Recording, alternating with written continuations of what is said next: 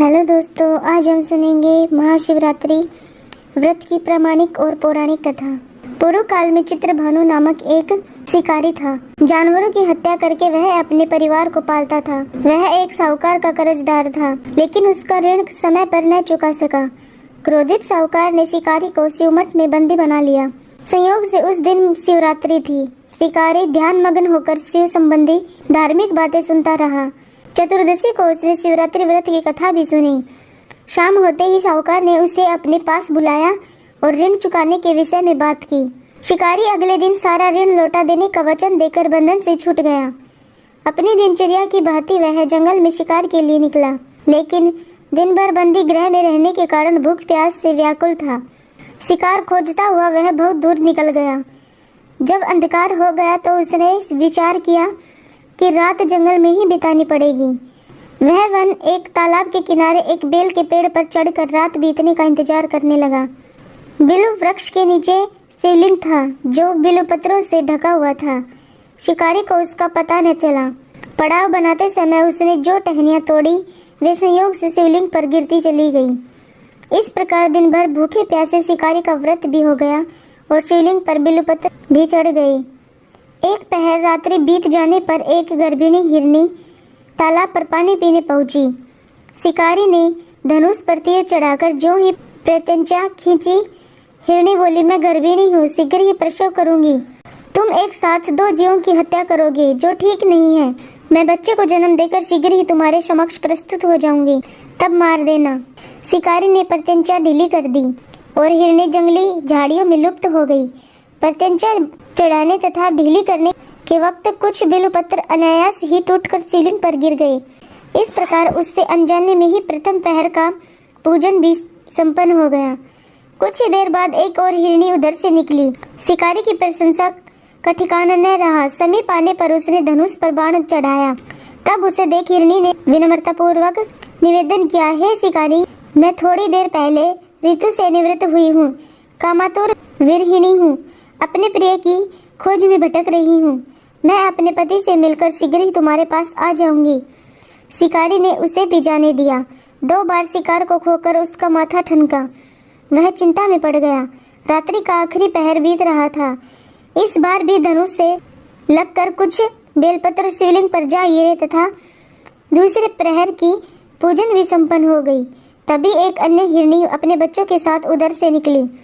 शिकारी के लिए यह स्वर्णिम अवसर था। उसने धनुष पर तीर चढ़ाने में देर नहीं लगाई।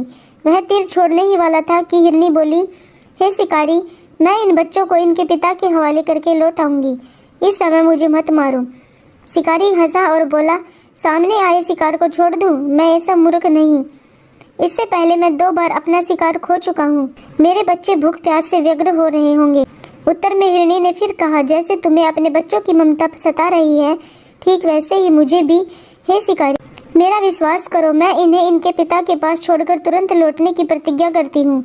हिरनी का दुख भरा स्वर सुनकर शिकारी को उस पर दया आ गई।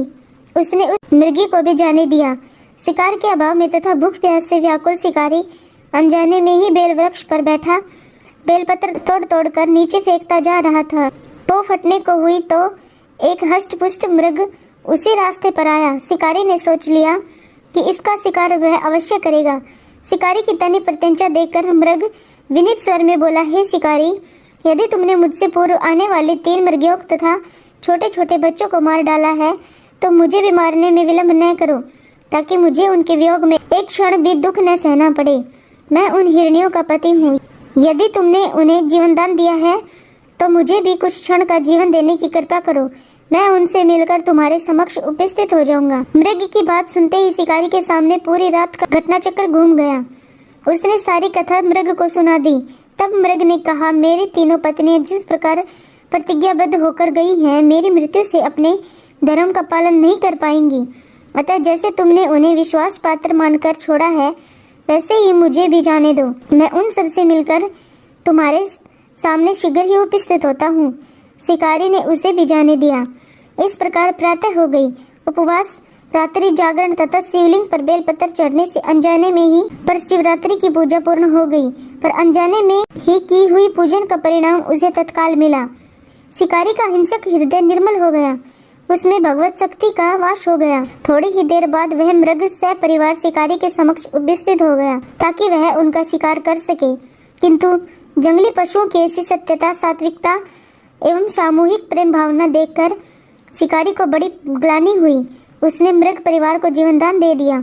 अनजाने में शिवरात्रि के व्रत का पालन करने पर भी शिकारी को मोक्ष की प्राप्ति हुई।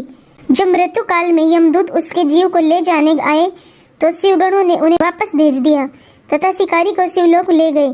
शिवजी की कृपा से ही अपने इस जन्म में राजा चित्रभानु अपने पिछले जन्म को याद रख पाए तथा महाशिवरात्रि के महत्व को जानकर उसका अगले जन्म में भी पालन कर पाए। शिव कथा का यह संदेश है कि शिकारी की कथा अनुसार महादेव तो अनजाने में किए गए व्रत का भी फल दे देते हैं, पर वास्तव में महादेव शिकारी की दया भाव से प्रसन्न हुए।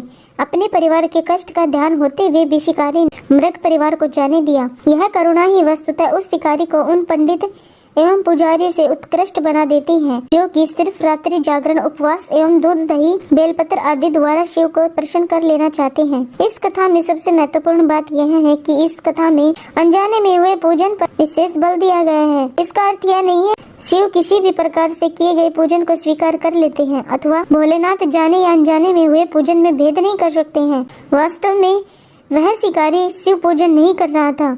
इसका अर्थ यह भी हुआ कि वह किसी तरह की किसी फल की कामना भी नहीं कर रहा था। उसने मृग परिवार को समय एवं जीवन दान दिया जो कि शिव पूजन के समान है। शिव का अर्थ ही कल्याण होता है। उन निरीह प्राणियों का कल्याण करने के कारण ही वह शिव तत्व को जान पाया तथा उसका शिव से साक्षात्कार हुआ। परोपकार करने के लिए महाशिवरात्रि का दिवस होना भी आवश्यक नहीं है। पुराण में 4 प्रकार के शिवरात्रि पूजन का वर्णन है। मासिक शिवरात्रि, प्रथम आदि शिवरात्रि तथा महाशिवरात्रि पुराण वर्णित अंतिम शिवरात्रि है। नित्य शिवरात्रि वस्तुतः प्रत्येक रात्रि ही शिवरात्रि है। अगर हम उन परम कल्याणकारी आशुतोष भगवान में स्वयं को लीन कर दें तथा कल्याण मार्ग का अनुसरण करें, वही शिवरात्रि का सच्चा व्रत है। Thank you.